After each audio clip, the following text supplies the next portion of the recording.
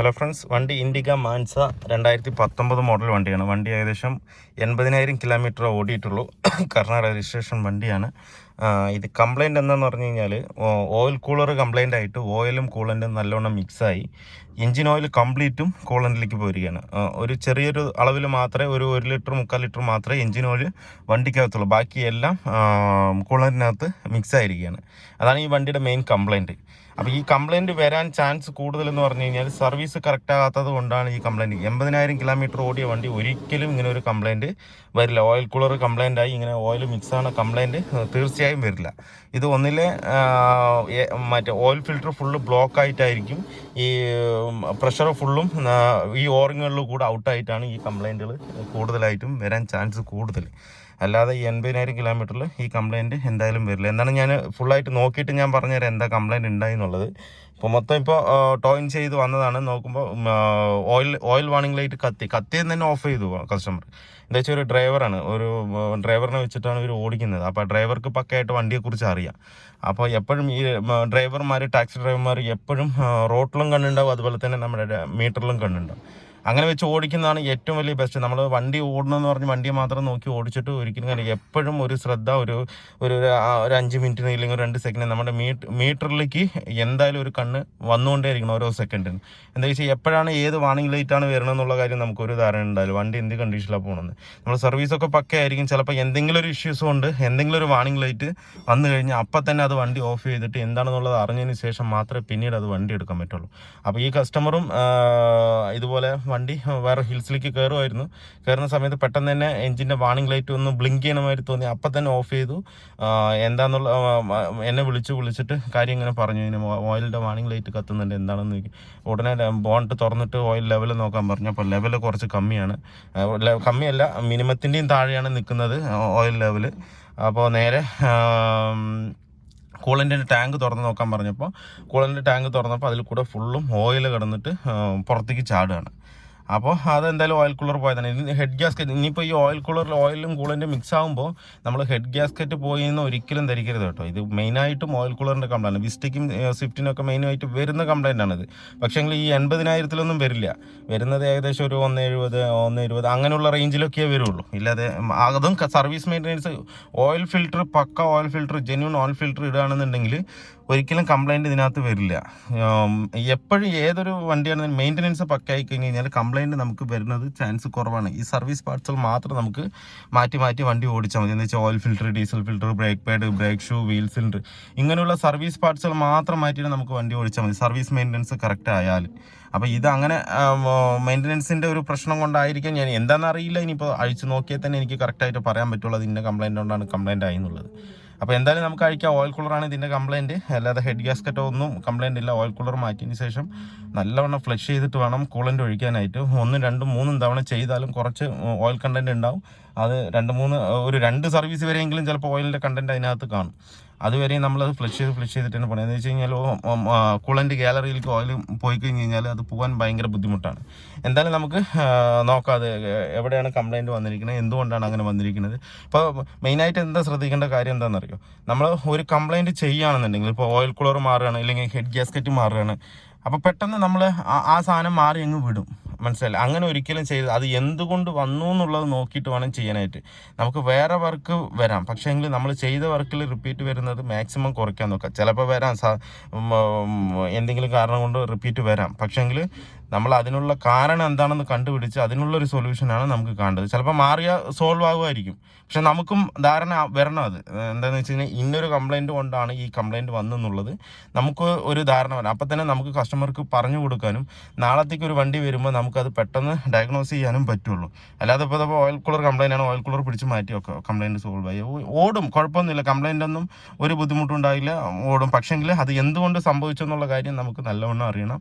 അതിനെക്കുറിച്ചുള്ള നല്ലൊരു ധാരണ വേണം. അപ്പോൾ ഞാൻ എന്താണെന്നുള്ളത് അയച്ചിട്ട് പറഞ്ഞുതരാം, എന്നിട്ട് നമുക്ക് ഓയിൽ കൂളർ മാറ്റാം. ഇതിൻ്റെ ഓയിൽ കൂളർ ഏകദേശം 4,100 ചില്ലാൻ രൂപ എങ്ങാണ്ട് വില വരുന്നുണ്ട് അതിനകത്ത്, ഒറിജിനൽ ടാറ്റയുടെ. എന്താണെന്നുള്ളത് നോക്കിയിട്ട് ഞാൻ കംപ്ലൈൻറ്റ് ആദ്യം പറഞ്ഞുതരാം, എന്നിട്ട് നമുക്ക് സാധനം മാറ്റാം. ഇതുണ്ടല്ലേ, വണ്ടി സ്റ്റാർട്ട് ചെയ്യുമ്പോൾ ഓയിൽ പ്രഷർ ലൈറ്റ് പെട്ടെന്ന് തന്നെ അണയുന്നില്ല. കണ്ടില്ലേ, ഇപ്പോൾ പോകുന്നുണ്ട്. ഇതുണ്ടോ, കണ്ടോ മിന്നുന്നുണ്ടോ? ഇതുണ്ടോ, ഓയിൽ പ്രഷർ കറക്റ്റ് കിട്ടാഞ്ഞിട്ടാണ്, ഓയിൽ പ്രഷർ ഇല്ലാഞ്ഞിട്ടാണ്. കൂടുതൽ നേരം നമ്മൾ ഓടിച്ചു കഴിഞ്ഞാൽ അത് എഞ്ചിനെ അത് ബാധിക്കും. അതുകൊണ്ട് നമ്മൾ ടോയിങ് ചെയ്തിട്ടാണ് വന്നത്, വണ്ടി കെട്ടി വലിച്ചിട്ടാണ് കൊണ്ടുവന്നത്. കസ്റ്റമർ ചോദിച്ച് കുറച്ച് ഓയിൽ ഒഴിച്ചിട്ട് സ്റ്റാർട്ട് ചെയ്ത് വരട്ടെ എന്ന്, പക്ഷേ വേണ്ട, കെട്ടി വലിച്ച് വരാമെന്ന് പറഞ്ഞിട്ട് കെട്ടി വലിച്ചിട്ടാണ് വന്നത് വണ്ടി. എന്തായാലും നമുക്ക് കംപ്ലയിൻറ്റ് എന്താണെന്ന് കണ്ടുപിടിക്കാം. Oil കൂളറിൽ കംപ്ലീറ്റും oil അടിച്ചിരിക്കുകയാണ്. സ്റ്റിക്കിൽ ഒരു തുള്ളി ഓയിലില്ല, കംപ്ലീറ്റ് ഓയിലും കൂളൻറ്റിനകത്ത് മിക്സ് ആയിരിക്കുന്നത്.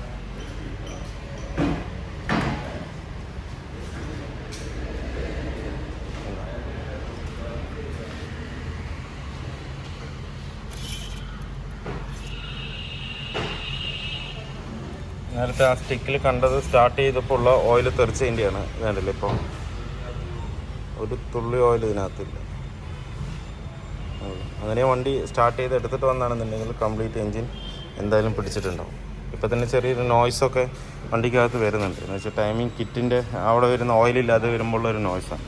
എന്തായാലും നമ്മൾ ആ ഭാഗത്തേക്കൊന്നും ഇപ്പം നോക്കണ്ട. മെയിനായിട്ട് ആദ്യം നമുക്ക് ഓയിൽ കൂളർ മാറിയതിന് ശേഷം ബാക്കിയുള്ള എന്തെങ്കിലും കംപ്ലയിൻ്റ് ഉണ്ടെങ്കിൽ നമുക്ക് നോക്കിയാൽ. ഓയിൽ കൂളർ കംപ്ലയിൻറ്റ് നമുക്ക് ഇങ്ങനെ നോക്കിയാലൊന്നും അറിയില്ല. ആ ഭാഗത്ത് ലീക്കോ കാര്യങ്ങളോ ഒന്നും തന്നെ അതിനകത്ത് ഉണ്ടാവില്ല. അത് അഴിച്ച് അതിൻ്റെ ഉള്ളിലുള്ള ഓറിങ് പോകുമ്പോഴാണ് ഈ കംപ്ലയിൻറ്റ് വരുന്നത്. അങ്ങോട്ടും ഇങ്ങോട്ടും അതിൽ ഓയിലിൻ്റെ ജാക്കറ്റും ഉണ്ട്, അതുപോലെ തന്നെ കൂളൻ്റ് ജാക്കറ്റുണ്ട്. അത് രണ്ടും തമ്മിൽ ജോയിൻ്റ് ആകുമ്പോഴാണ് ഈ പ്രശ്നം ഇതിനകത്ത് വരുന്നത്. എന്താ വെച്ച് കഴിഞ്ഞാൽ ഇത് ഓയിൽ കൂളർ പോയി കഴിഞ്ഞാൽ മെയിനായിട്ട് കൂളൻ്റ് ഒരിക്കലും എഞ്ചിൻ ഓയിലിൻ്റെ ഉള്ളിൽ പോകാൻ സാധ്യത കുറവാണ്. നേരെ ഓപ്പോസിറ്റ് ആയിരിക്കും. എന്താ വെച്ചാൽ ഓയിൽ പ്രഷർ, കൂളൻറ്റിൻ്റെ പ്രഷറിനേക്കാളും ഓയിലിൻ്റെ പ്രഷർ കൂടുതലായിരിക്കും. അതുകൊണ്ടാണ് ഇങ്ങോട്ട് തള്ളുന്നത്. അത് കുറവാണെന്നുണ്ടെങ്കിൽ പിന്നെ നേരെ ഓപ്പോസിറ്റ് അങ്ങോട്ട് തള്ളും.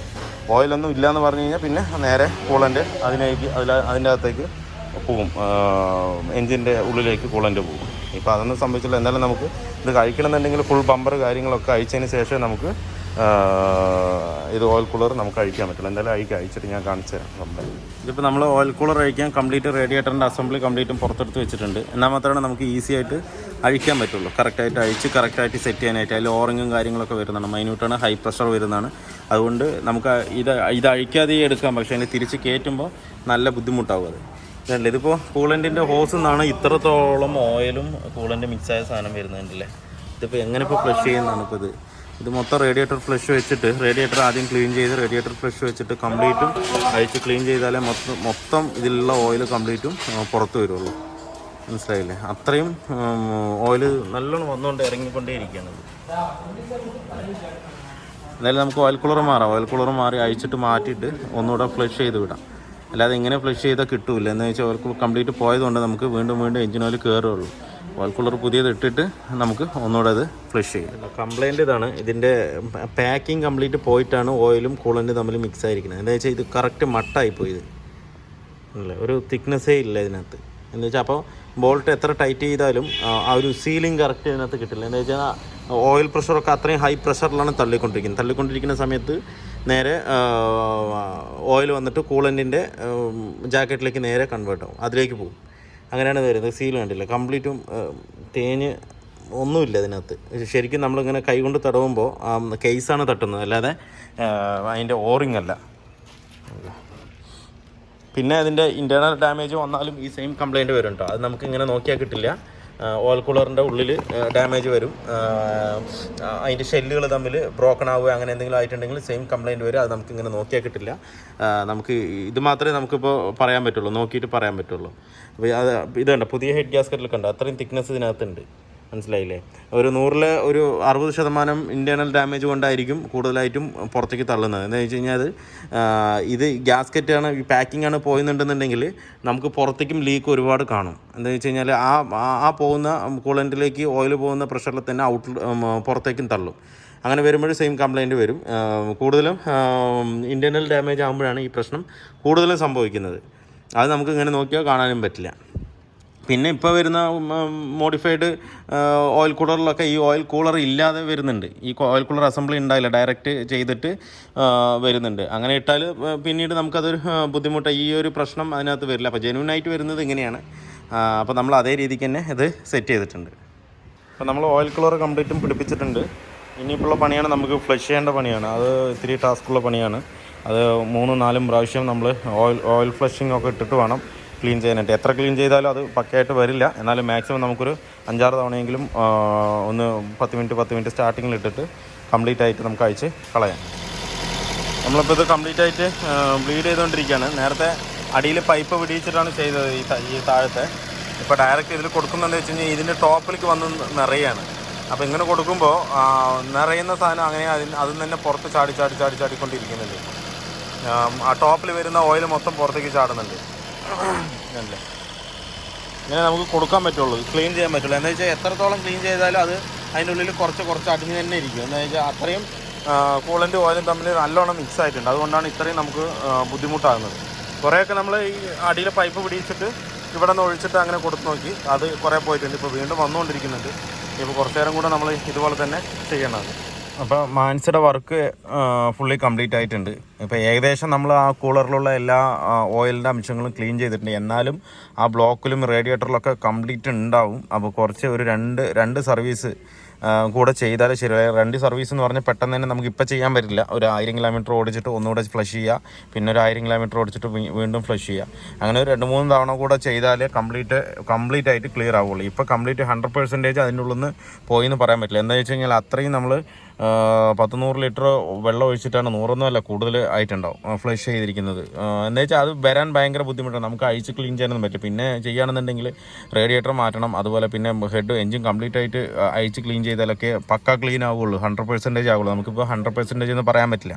ഇതാണ് ഈ ഓയിൽ കൂളർ പോയാലുള്ള പ്രശ്നം. ബ്ലോക്കിൽ കംപ്ലീറ്റ് ആയിട്ട് ഓയിൽ ഇങ്ങനെ നിൽക്കും. ഇനിയിപ്പോൾ കുറച്ച് ഏകദേശം അതിനെ ഞാൻ പറഞ്ഞില്ല, ഒരു 10,000 കിലോമീറ്റർ വരെ ഇങ്ങനെ തന്നെ ഏകദേശം കുറച്ച് വന്നുകൊണ്ടിരിക്കും. പയ്യെ തന്നെ അത് ഫ്ലഷ് ചെയ്ത് നമുക്ക് നീക്കാൻ പറ്റുള്ളൂ. നേരത്തെ എന്ന് പറഞ്ഞാൽ വണ്ടി സ്റ്റാർട്ട് ചെയ്ത് കഴിഞ്ഞ് കഴിഞ്ഞാൽ ഈ എൻജിൻ്റെ ഓയിൽ ലൈറ്റ് തെളിഞ്ഞുകൊണ്ടിരിക്കും, ബ്ലിങ്ക് ചെയ്തുകൊണ്ടിരിക്കും. എന്താ വെച്ചാൽ ഓയിൽ പ്രഷർ കിട്ടാണ്ടേ. ഇപ്പോൾ അത് പക്ക കറക്റ്റായിട്ടുണ്ട്. നമ്മളിത് വണ്ടി സ്റ്റാർട്ട് ചെയ്തു അപ്പോൾ തന്നെ ഉടനടി സ്പോട്ടിൽ തന്നെ അതിൻ്റെ വാർണിംഗ് ലൈറ്റ് അണഞ്ഞു പോകും. കണ്ടില്ലേ, കത്തും. ആ ക്രാങ്കിങ്ങിൽ തന്നെ ഫുള്ളായിട്ട് അണഞ്ഞു പോകും. ഇപ്പോൾ വണ്ടി ഓക്കെയാണ്, വേറെ എഞ്ചിൻ വാർണിംഗ് ലൈറ്റോ കാര്യങ്ങളോ ഒന്നുമില്ല. വണ്ടി സ്റ്റാർട്ടിങ്ങും പക്കയാണ്, വേറെ ബുദ്ധിമുട്ടൊന്നുമില്ല. ബെൽറ്റിൻ്റെ മാത്രം ചെറിയൊരു നോയ്സ് കിലിയിലും കുറച്ച് ചെറുതായിട്ട് നേരിയ തോതിൽ സ്റ്റാർട്ടിങ്ങിൽ മാത്രം, വേറെ കുഴപ്പമൊന്നുമില്ല, ചെറുതായിട്ട് വരുന്നുണ്ട്, കാര്യമില്ല. ഏകദേശം നമ്മൾ ഫ്ലഷ് ചെയ്യാൻ തുടങ്ങിയിട്ട് കാലത്ത് തൊട്ട് തുടങ്ങിയിട്ട് നമ്മൾ വൈകുന്നേരം ഒരു 5 മണി വരെയും ഇതുതന്നെയായിരുന്നു പരിപാടി. അതിൻ്റെ ഉള്ളിലൊരു ഹോസ് ഇട്ടിട്ട് അങ്ങനെ ഹോസിൽ നിന്ന് ടാങ്ക് നിറച്ച് പൈപ്പ് തുറന്നിട്ട് അതിൻ്റെ ഉള്ളിൽ ഹോസ് ഇട്ടിട്ട് ഇങ്ങനെ 2 മണിക്കൂർ അങ്ങനെ റണ്ണിങ്ങിൽ വിട്ട് അങ്ങനെ പോകുള്ളൂ. അല്ലാതെ ഇത് ഒരിക്കലും പോയില്ല. റേഡിയേറ്റർ ഫ്ലഷ് 3 ഒഴിച്ചിട്ടാണ് നമ്മൾ ഫ്ലഷും ചെയ്തിരിക്കുന്നത്. എന്നാലും കുറച്ച് അംശങ്ങളൊക്കെ അതിനകത്ത് തന്നെ ഇപ്പോഴും നിൽക്കുന്നുണ്ട്, തങ്ങി നിൽക്കുന്നത്. എന്താ വെച്ച് കഴിഞ്ഞാൽ പ്രത്യേകിച്ച് എടുത്ത് പറയാൻ കാരണം എന്താ വെച്ച് കഴിഞ്ഞാൽ ഓയിൽ കൂളറൊക്കെ മാറിക്കഴിഞ്ഞ് കുറച്ച് നമ്മൾ വണ്ടി എടുത്തുകൊണ്ട് കസ്റ്റമർ കൊണ്ടുപോയിട്ട് നാളെ നമുക്ക് പിറ്റേ ദിവസം പറയും ഇതെന്താ ഇതിനുള്ളിൽ ഫുള്ള് ഓയിൽ ഉണ്ടല്ലോ എന്ന് പറയും.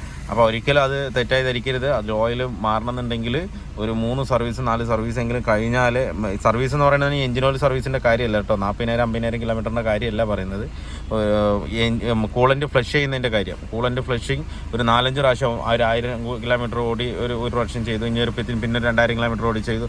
അങ്ങനെ കുറേ ചെയ്താൽ മാത്രമേ നമുക്കത് പക്ക ക്ലിയർ ആക്കാം. എന്നാലും ചെറിയൊരു അംശം അതിനകത്ത് എപ്പോഴായാലും ഉണ്ടാവും. അത് ഇങ്ങനെ എന്താ പറയുക, ഗ്രീസ് വലിഞ്ഞ് നിൽക്കണ മാതിരി ഇങ്ങനെ അതിനകത്ത് തന്നെ നിൽക്കും.